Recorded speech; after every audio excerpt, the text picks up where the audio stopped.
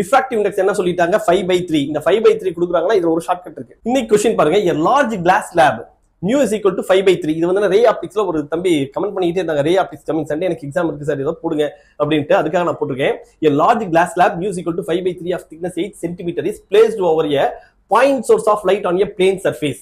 It is seen that light emerges out the top surface of the slab from a circular area of radius r centimeter. What is the value of r? mu ஓட value 5/3 ன்னு கொடுத்துட்டாங்க அப்படின்னா இந்த triangle போடுறீங்க. இந்த ட்ரையாங்கிள்ல hypotenuse 5, இந்த opposite side 3.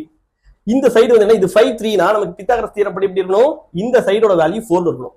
ஆனா நமக்கு என்ன சொல்லிட்டாங்க, கிளாஸ் ஸ்லாபோட வேல்யூ 8 அப்படின்னா இது வந்து 4ங்கிறது 8 இருக்குன்னா அப்ப ரேடியஸ் 3ங்கிறது என்னவா இருக்கும், 6ஆ தான் இருந்திருக்கும். So the correct answer will be 6 meter. இந்த மாதிரியான क्वेश्चंसக்கு நீங்க பிராக்டிஸ் क्वेश्चंस கேட்டுட்டு இருந்தீங்க, ஏற்கனவே நாங்க ஃபார்வர்ட் பண்ணிருக்கோம். இப்போ புதுசா இருக்கவங்க என்ன பண்றீங்கன்னா 9750771555 இந்த நம்பருக்கு வாட்ஸ்அப் பண்றீங்க. வாட்ஸ்அப் கண்டென்ட் என்ன இருக்கணும்னா T6, இது வந்து ட்ரிக் 6.